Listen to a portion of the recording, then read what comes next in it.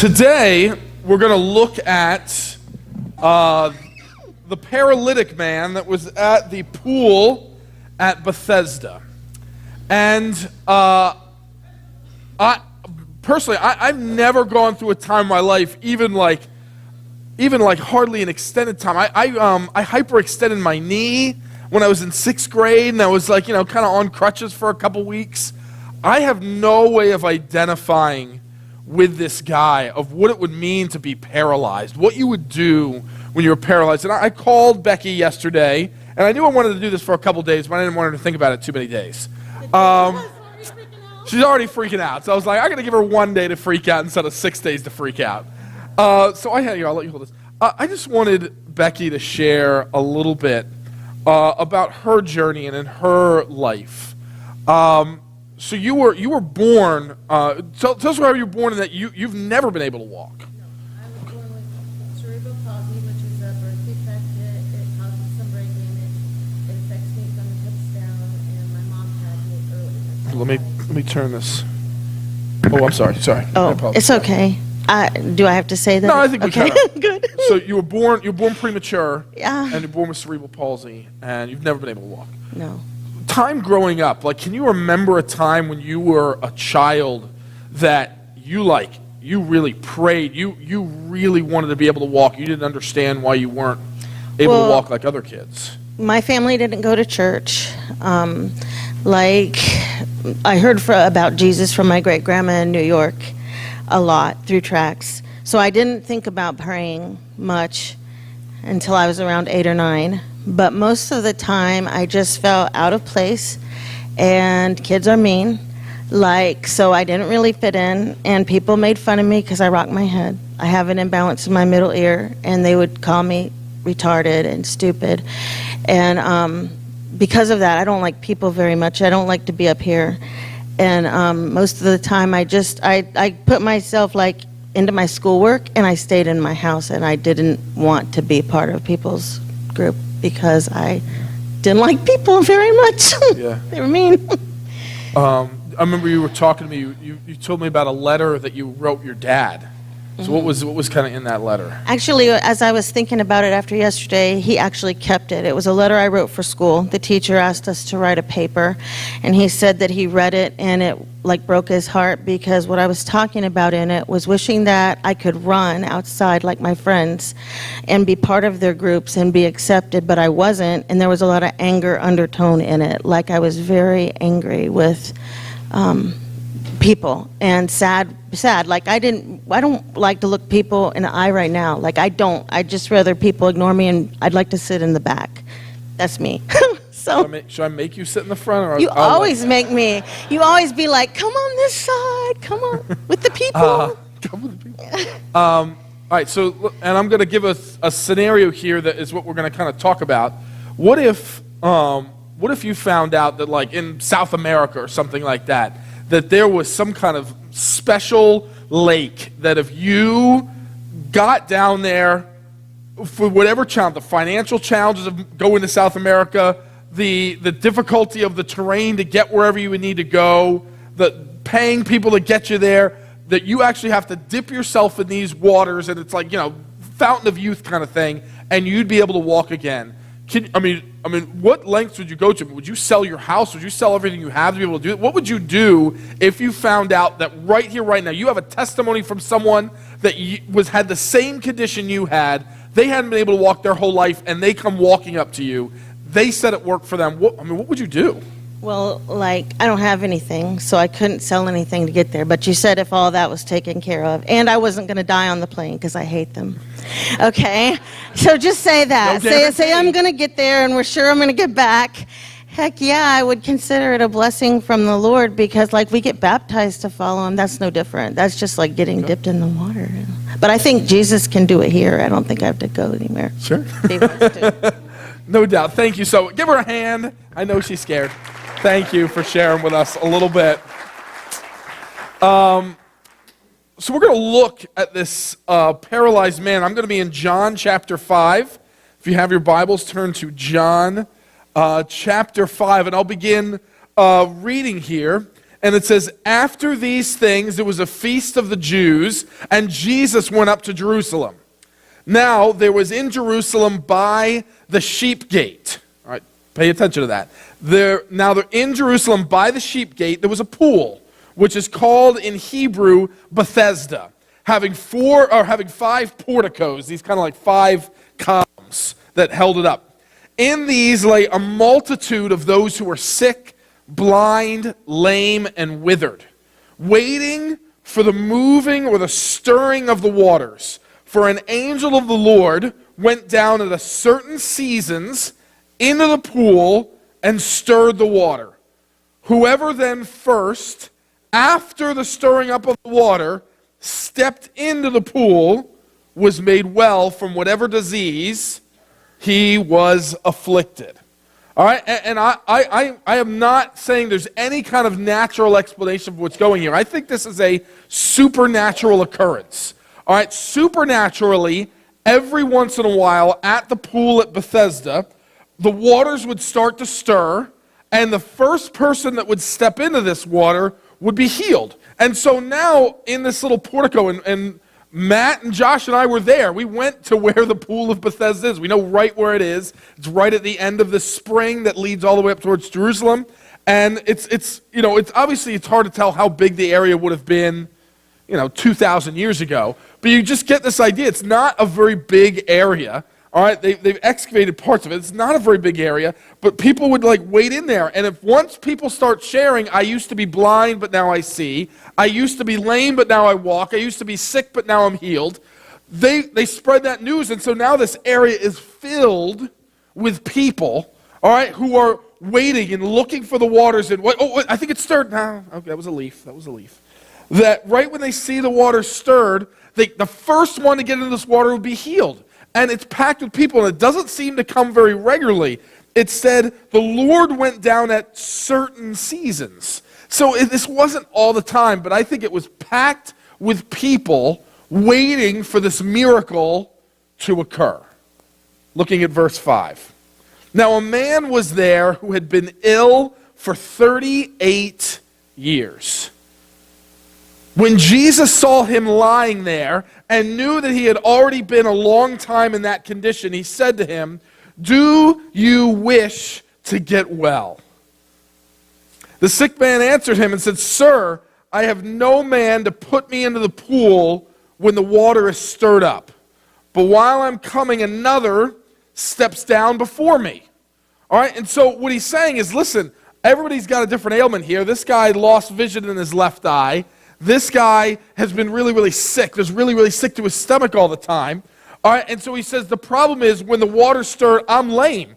I'm paralyzed from the waist down. So when the water starts to stir, I need someone to help pick me up and put me in. And maybe there's some volunteers, but they're always going to be like, well, let me do this. Let me get in there first. Let me get into the waters. Once I'm healed, I'll then stay and wait and help you get in the next time. Well, Matt, this guy has no choice but to say, yeah, sure, okay. This paralyzed guy has no other recourse. He needs someone to help him. He's been there forever, but people that are a little bit healthier than him are able to get in. I know probably there's people that oh man, I got that twinge in the back that you picked up something funny, all right, and you're just this guy, you just do the step over maneuver. It's the nastiest move in sports, right? When you dunk on somebody, then you step over him. All right, that little step over maneuver is the nastiest thing you can do in sports. So all these people are doing this step over. Oh, let me get in first. Oh, my back. Whew. Oh, yeah, that feels great. Oh, praise the Lord, everybody, right? Praise the Lord. And I'm gone. And they would leave. And now there's still the sicker the person, the harder it is for them to get in the pool. They need someone to say, wait, stop. This guy's next. He's been sick 38 years. He's going in the pool next. There's always someone else that jumped in before him. But what Jesus says to him, get up, pick up your mat, and walk.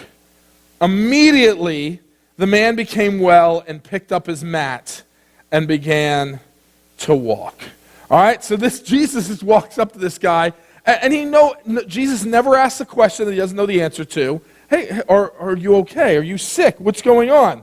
All right? He says, do you wish you to get well? Sarcastic Joe would have been like, why else would I be waiting here at the pool of Bethesda? All right, like why else would he be there? Why would he be standing here if it wasn't for the hope of getting well? He's doing everything he knows to do. He's just incapable of doing it. He's doing everything he knows to do to be healed, to get better.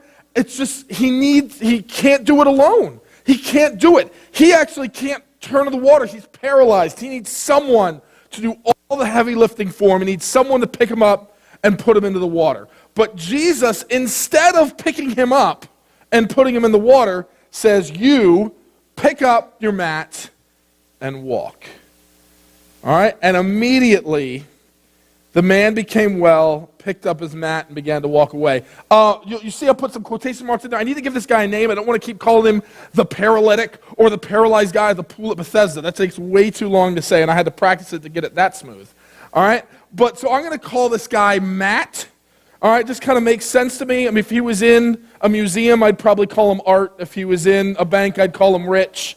If he was in, a boat, I'd call him Bob. And I'm going to call him Matt, okay? And that just helps simplify the story. So when I say Matt, understand I'm talking about the paralytic at the pool of Bethesda. So Matt is told, pick up your mat and walk, and he immediately obeys. All right? Now, here's where the problem comes into play. The second part of verse 9. It says, now it was the Sabbath on that day. So the Jews were saying to the man who was cured, it is the Sabbath, and it is not permissible for you to carry your mat, Matt. But he answered them, and he says, he who made me well was the one who said to me, pick up your mat and walk. And they asked him, who is the man who said, pick up your mat and walk? But the man who was healed did not know who it was, for Jesus had slipped away while there was a crowd in that place. Afterward, Jesus found him in the temple and said to him, behold, you have become well. Do not sin anymore, so that nothing worse happens to you. The man went away and told the Jews that it was Jesus who had made him well. He has a pretty strong case here, all right, when he is asked, hey, you're not allowed to do work on the Sabbath. All right, it's the Sabbath day. You're not allowed to pick up your mat and walk. There were all kinds of rules on what constituted work in that particular time for the Jewish people. And the funniest label I always bring up that I can find is that they basically said if a parrot could pick something up, then it wasn't work. So, if you dropped your phone, I think we're all gonna say, yeah, I think a big enough parrot could pick up my phone. I'm gonna pick up my phone. You drop your iPad, I don't think a parrot could pick up the iPad. That's work.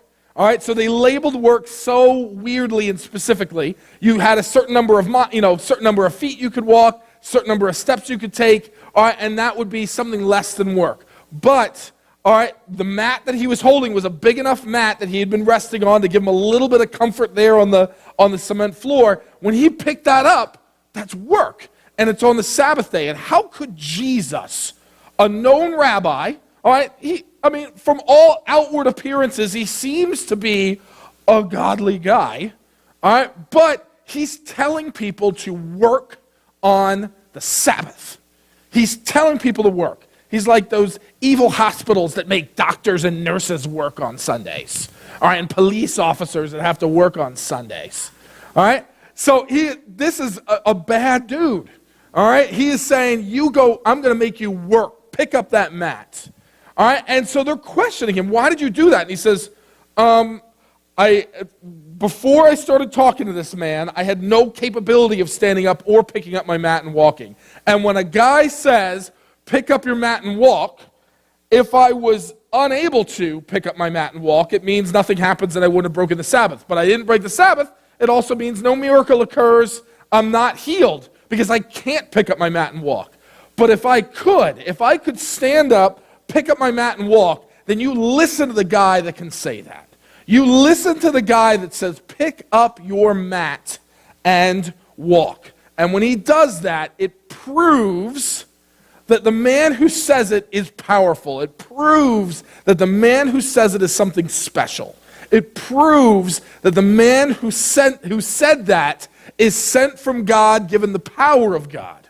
All right, so he picks up his mat and walk as we all would do. Verse 16, for this reason, the Jews were persecuting Jesus because he was doing these things on the Sabbath. But Jesus answered to them, my Father is working until now, and I myself am working. For this reason, therefore, the Jews were seeking all the more to kill him, because he not only was breaking the Sabbath, but also was calling God his own Father, making himself equal with God. So as we've been asking ourselves each time as we look at these stories, the first thing we want to look at is, what does this say about people? What does this say about the people and the story? There's really just kind of a dichotomy of Matt, the paralytic man, and the Pharisees. All right? And I think this man has been here for a long time. I don't know, he's been sick for 38 years. I don't know if he's been there for the full 38 years. It just doesn't give us enough information. I do get the impression he was there a long time. He's been sick for a long time. They've run out of everything. There's only so many things you can try, so many things you can do to be healed before you just start saying, I need a miracle. I just need God to heal me. All right, and he's going to this place where God heals people. All right, and so he's been there for however long he's been there, and people just keep jumping over him, doing that step over, all right, and getting in the water before him. But then Jesus comes along, the source of healing. Now, we know that the angel that's stirring the waters, when those waters are stirred, that's a gift from God as well. That's a miracle too. All right, there's no ifs, ands, or buts about it. That's a miracle. That is God working and healing people. But now Jesus comes along and is basically saying, I have the same powers as the water. He goes to this place purposely. Jesus isn't like walking and wandering like, hey, I haven't been to this part of town before. Jesus never is like walking idly. We were reading in Bible study this past week, the woman at the well. It's not that Jesus accidentally stopped by this well or just so happened to be by this well. Everything Jesus does is very deliberate. It's very purposeful. He's going there for certain people at certain times. And here he is walking here for the purpose of, everybody knows that these waters heal. Everybody knows the miracle that is these waters. And I got a guy here that's been here 38 years. I think every one of you have seen him, and every one of you have seen people go before him, and every one of you would jump before him before he could get in there. So the reason he goes to this guy is this is literally the last guy in line. It fits with Jesus' kind of motif of the first will be last and the last will be first. So he goes to the guy that is literally last in line. And he shows off the same power that the pool has. They all recognize the pool's power, all right, the angel pool power, and now they recognize that Jesus, excuse me, has the same power. All right, now this man, when he is healed, he picks up his mat and he runs away. He doesn't even get the man's name, and I don't really fault this guy. He believed him because he stood up. So I find it amazing, if I've been paralyzed for 38 years and someone says stand up and walk, I'm probably feeling like, yeah, I can't. I can't do that. It hurts. When I was talking to Becky yesterday, she shared me, like, the one thing that people just don't realize when they see me here is that everything hurts. That when when you're in a chair your whole life, everything hurts. To lean forward hurts, to sit hurts, to stand hurts, to lean hurts, to clean hurts. Anything you do hurts. All right? And so here's this guy laying on the ground. He's like, if I try to do something, it hurts. It hurts. But he believed Jesus enough to say, all right, I'm going to stand up and I'm going to put weight on my legs for the first time in 38 years. He picks up his mat and runs away. He's obedient to God, doesn't even get Jesus' name. Again, I don't fault him. I think he'd be pretty excited. I think that's one of those kind of excusable moments. Jesus doesn't chastise him when he talks to him. He just says I had a couple things I want to say. I kind of have this whole little don't sin anymore thing I usually like to tag at the end. All right? And so he had one more thing to say, all right, before he was sent off. All right, but in this, it makes sense. I get this guy's point of view. All he knows and all that makes sense to him, he doesn't care that it was on a Sabbath day. He wasn't probably even thinking it was a Sabbath day. If he's been there, who knows how long he's been at this pool? He probably doesn't even know what day of the week it is. All right, it doesn't matter. He can't do anything. This guy never breaks the Sabbath because he can't do any work. All right, so he's not usually worried about that and thinking about it. And when somebody says, pick up your mat and walk, you walk. Now, the Pharisees' point of view here, it is so confusing. I mean, it's confusing no matter what. Even when you begin to understand it, it's still confusing. Their jaws should have been on the floor like everybody else's. They should have been amazed like everybody else was, but their reaction is, I can't believe this guy would heal on the Sabbath day. What a blasphemy that is. It is blasphemous to do work on a Sabbath day. It's blasphemous to heal. It's blasphemous to force this guy to pick up his mat and walk. All they can see is that this guy is clearly an enemy of God, because people who are friends of God obey the law to the letter. And the law says, remember the Sabbath day and keep it holy. All right, and so that means no work on the Sabbath. This guy's working on the Sabbath, therefore he's evil. All right, what they couldn't even get into their brains, it helps give an example that they were not looking at this fairly. Because anyone who fairly looks at it, when they interact with people, it's very clear what the normal rational brain says.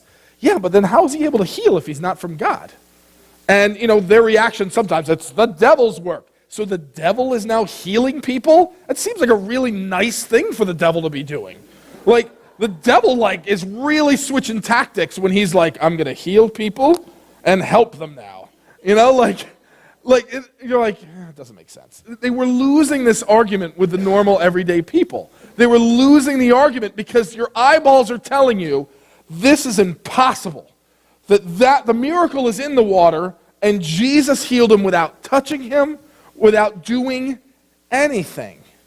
It's starting to reveal that Jesus isn't breaking the Sabbath, because they couldn't say, if Jesus picked the guy up and put him in the water, yeah, he'd be breaking the Sabbath. He picked up someone. But Jesus doesn't pick him up. He puts his hands in I always think he has pockets in his little tunic. He puts his hands in his pocket and he says, stand up, pick up your mat and walk. So no one could accuse him of breaking the Sabbath. No one could accuse him of doing this. The Pharisees hated Jesus. They hated him, and it has nothing to do with the Sabbath and has nothing to do with anything else. They hated that this man was being followed. They hated that this man was being listened to. They hated that this guy was doing things different than them. And if what Jesus is saying is true, that they can talk directly to God, that they can commune directly with him, that they can worship God, then what role do the Pharisees have in that? All right, on Wednesday night we've been looking at that they were kind of illegally selling stuff in the temple. We talk about that when the Pharisees saw their livelihood going away if Jesus' ministry is truly from God. So then let's ask ourselves, what does this say about Jesus?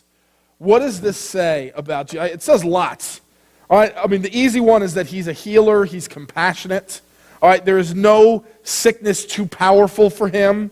There is nothing that is too much. This is not just some kind of bacteria leaving the system. This guy's been sick for 38 years.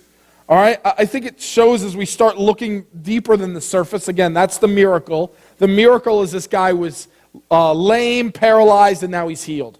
But the true sign is what's underneath. The iceberg, what's underneath the water is really what's way bigger. I think it shows that there is no waiting room when it comes to Jesus. We do not have to get in the line of prayers. It's not like, well, you better start your prayer, because if he started his prayer before you start your prayer, well, then you got to wait in line. You got to wait for that one to be healed. And there's like 70 millions of people praying at once. Like, okay, God's like, I do this one at a time now. First up. That's how the pool at Bethesda worked. One at a time. Got to be in line. All right, the next one up. All right, but with Jesus, God, there is no waiting in line. He shows this by going to the person that would be last. There is no waiting room when it comes to God. When it comes to his healing, it reveals that it's never out of Jesus' capabilities to heal. Sometimes it's out of God's will to heal. Now, I don't want to say it's not because he doesn't want to. All right, I see a desire in God to help and to love and to cherish, but we even see in the Apostle Paul, 3 different times, Paul prayed for God to relieve him of whatever affliction he was facing. We don't know exactly what his thorn in the flesh was. Some people say it was his eyesight, that he was going blind, that he was asking God to heal him from that. We don't know exactly, but we know Paul prayed for healing 3 different times, and the answer was no. The answer ultimately was, in your weakness, my power is perfected. What God obviously believed, because this is what he did, God believed his power would be better shown forth, that his glory would be better revealed in a weakened, blind, sick Paul than it would be in a healthy, strong Paul. You know, healthy, strong Paul, it's hard to see, well, is this just Paul is awesome? But in a weak, dying Paul, it's clear, wow, look at the power of God working through him. The second thing it reveals about Jesus is that he fulfills the Sabbath. He fulfills the Sabbath. Everything that he's been doing in these signs is showing that he is fulfilling the Old Testament law. And one of those aspects was the Sabbath. Jesus isn't coming to eliminate the Sabbath. Jesus didn't come to change the Sabbath from Saturday to Sunday. All right? Sunday is not the new Sabbath. All right? What Jesus is doing in fulfilling the Sabbath, and he talks about this later on, that he is Lord of the Sabbath, is that no longer is there a day where you need to rest in order to trust God and rely on God. Now, you are going to trust in Jesus. You are going to trust Jesus as your rest. Believing in Jesus is what it means to believe in God. If someone says, yes, I believe in God, I don't believe in Jesus. Of course I believe in God, but not the story of Jesus in the Bible. That's not possible. It's not possible to believe in God and not believe in Jesus. All right, in the Old Testament, he says, here's going to be the ways that you know whether or not someone really believes in me. They're going to be obedient to the law. They're going to follow the rules of the law, and they're going to keep the Sabbath. This reveals that someone believes in me. Now, Jesus comes and fulfills that. He now becomes that. Now, no one can say they believe in God if they do not believe in Jesus. To believe in Jesus means you believe in God. To believe in Jesus means you trust God. To believe in Jesus just is the only way, and it's the only possible way to display that you have any kind of belief in God. If someone says they believe in God and don't believe in Jesus, it doesn't make sense. It's not true. If they believed in God, they would believe in Jesus. He is the Lord of the Sabbath, but it's deeper than that. The Sabbath did have purpose, and it wasn't created for God. All right, and he even reveals this. The Sabbath isn't created for God. The Sabbath is created for man to recognize God. So it's not like, oh man, God's like, I got so much going on earth. There is so much happening. I got a festival over here. I got sick people over there. I need a day where everyone just stops. It allows me to catch up on all my work. God doesn't need the Sabbath day. The Sabbath day is for humans. Humans need a day, and he says, humans, I want you to take a day and I want you to stop. And I want you to not work, and I want you to rest. No worrying, just rest. No, it can get done tomorrow. Just rest. You can deal with it later. Today, just rest.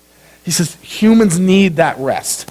Jesus comes in and says, yeah, I'm gonna take this from a 24-hour day, 1 day a week, all right, get like 52 of these a year, and I'm going to turn that around and give you infinity of it. Jesus now says we can rest in him. There's a future promise that we get an eternal rest with him in heaven. That eternal rest where there literally is no more stress and no more weight and no more work, that's coming. But now, here and now, we can rest in Jesus, and we don't have to wait till Saturday, and you don't have to wait till Sunday. All right, Sunday's like my busiest day, so I'd be breaking that every week. All right, so what you do is at any moment of the day we can rest in Jesus. We can rest in him. There should never be any stress in our life. Who here this past week was stressed? And I'm not like trying to fake you out like I'm raising your hands and like, look at those sinners. I'm keeping my hand up. Who here was stressed this week? I got a fundraiser coming up in March. It is out of my league. It is out of what I'm capable of doing. I had some stress this week. I got some lying people on the side. Okay. So some of you were lying, and some of you were lying about stress, and some of you were lying for sinning because you had stress. I'm going to say, I think I am sinning when I'm stressed. I think I'm sinning. I'm not just saying like, it's not ideal. I think it's a sin.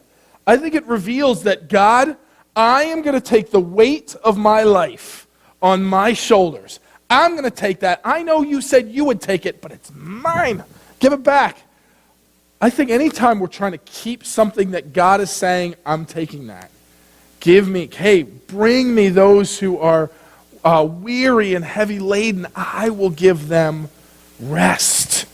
God is wanting that in our life. And we're saying, no, I want to be stressed instead. I want to think that I control the universe. I want to think that I control everything in my universe. I want to think that I control all the people in my universe. And I want to be stressed because of it. I want to be so stressed out that I get angry and ornery and lash out at my friends and family. All right, I want to get so stressed it means I'm not turning to you for rest. I'm not going to acknowledge that you are capable of doing all this without a single ounce of work to it. When it reveals about Jesus at the Sabbath, all right, he doesn't pick the guy up. He doesn't do anything other than say, pick up your mat and walk. If somebody accused him to say that that miracle was work, no, it wasn't. Jesus doing a miracle, God doing a miracle is not work. It's effortless. It takes no amount of his power to do it. If we were to say, all right, this is how much power God has, and to do a miracle, it takes this much. No. If this is the amount of power God has, it takes this much to do the miracle. It takes nothing. It takes nothing of God to do a miracle. It does not work for him to do something miraculous. He holds everything in his hands, and he does it without breaking a sweat. It reveals that he is Lord of the Sabbath, he is over the Sabbath, and that he is the Sabbath. And lastly, it says that it reveals that he is God. When I'll bring up this phrase. So when it says, but he answered, my Father is working until now, and I myself am working. The common phrase in that day, would have been that God our Father, that our Father is working until now. All right, and I myself work. If he said, our Father, that would be the normal way of expression in the Jewish culture. Our Father did this, our Father did that. That would be the way of expression. But by saying, my Father, is expressing that he is the same thing as God. That if you're saying, my Father, that you are saying the same thing. They recognize that. They recognized in verse 18 that for this reason the Jews were seeking him to kill him, because he was not only breaking the Sabbath, but also calling God his own Father, making himself equal with God. I'm not making this up. When he says, my Father, they recognize that you are the same thing your Father is. You're a human, you're an Italian, whatever your Father is what you are. And when he is saying, my Father, it's Jesus saying, I am the same thing that my Father is. So what I am statement does this reveal? It reveals that I am the door of the sheep. And this is the most obscure one, because you read this and you're like, what? Jesus again said to them, truly, truly, I say to you, I am the door of the sheep. And then we would think like, hold on a second. How does him healing the paralyzed Matt, how does that say that he is the door to the sheep, that I'm the door of the sheep? Easy. Right in the very start of the story, John chapter 5, verse 1, it says, after these things, there was a feast of the Jews, and Jesus went up to Jerusalem. So he goes up to the city, verse 2. Now there in Jerusalem, by the sheep gate, there is a pool.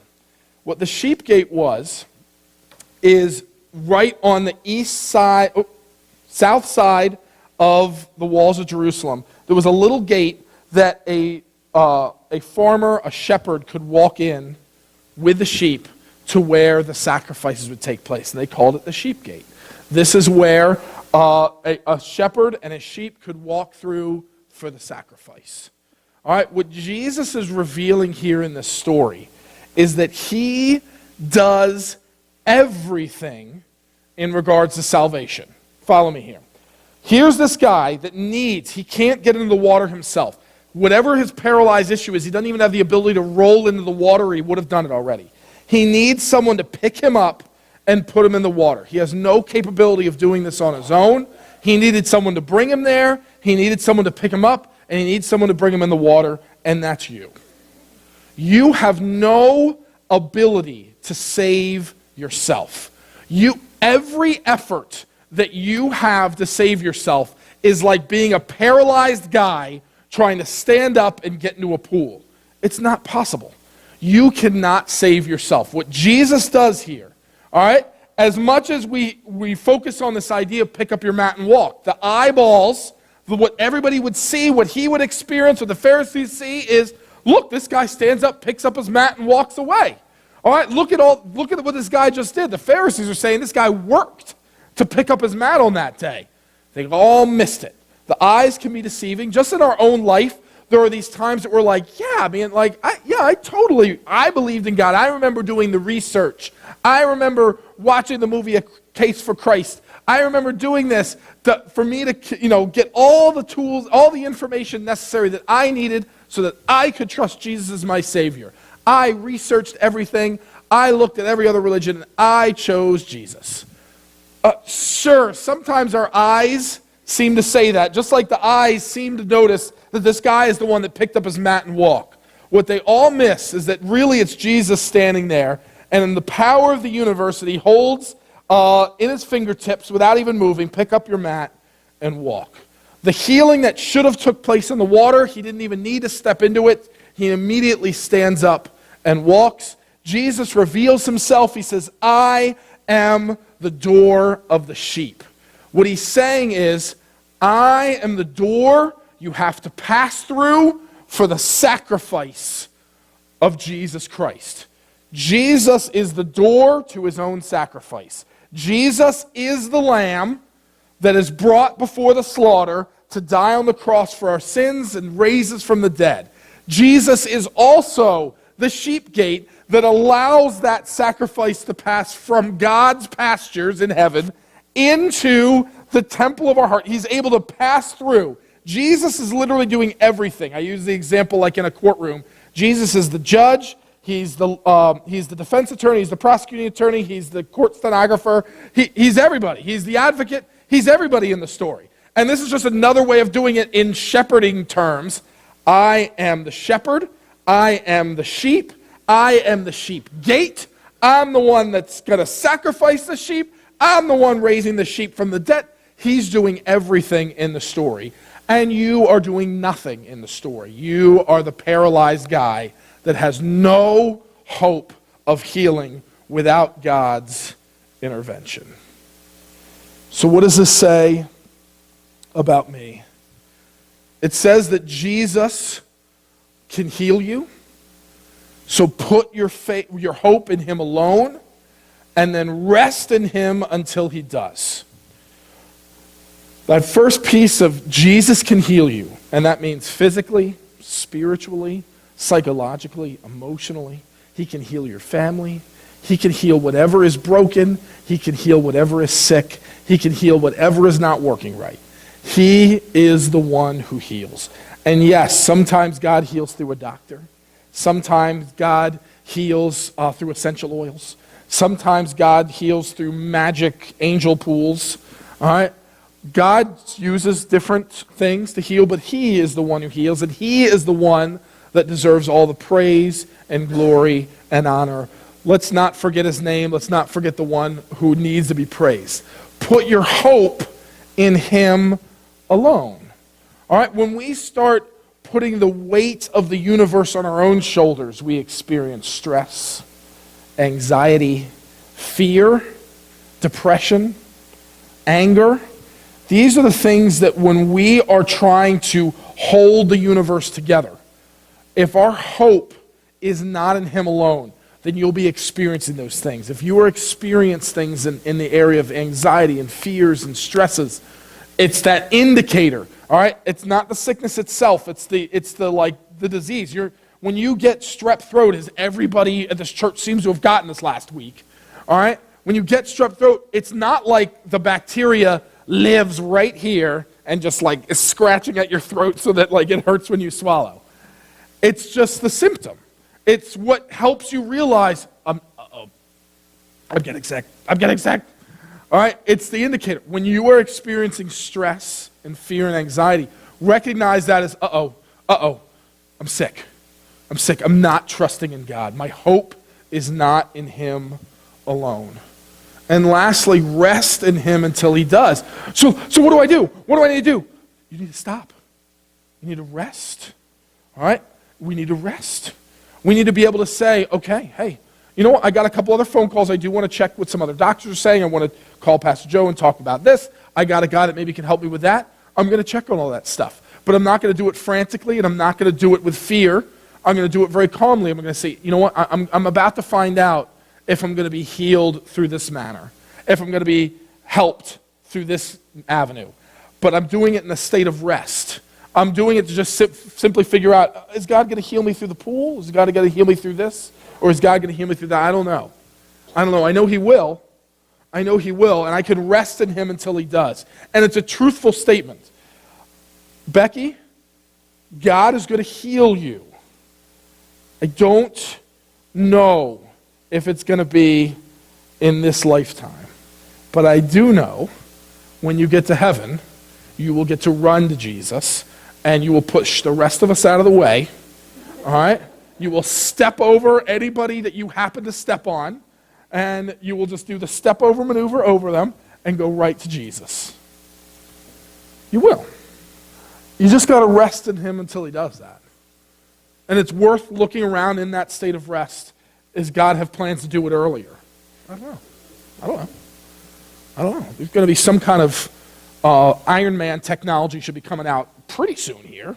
You might be flying before long. You're just going to skip the whole walking thing. I'm just going to fly everywhere. All right? But you can rest in him until he does that. That's what we are to do. That's what the story tells about us. Let's close in prayer. God, thank you for this day.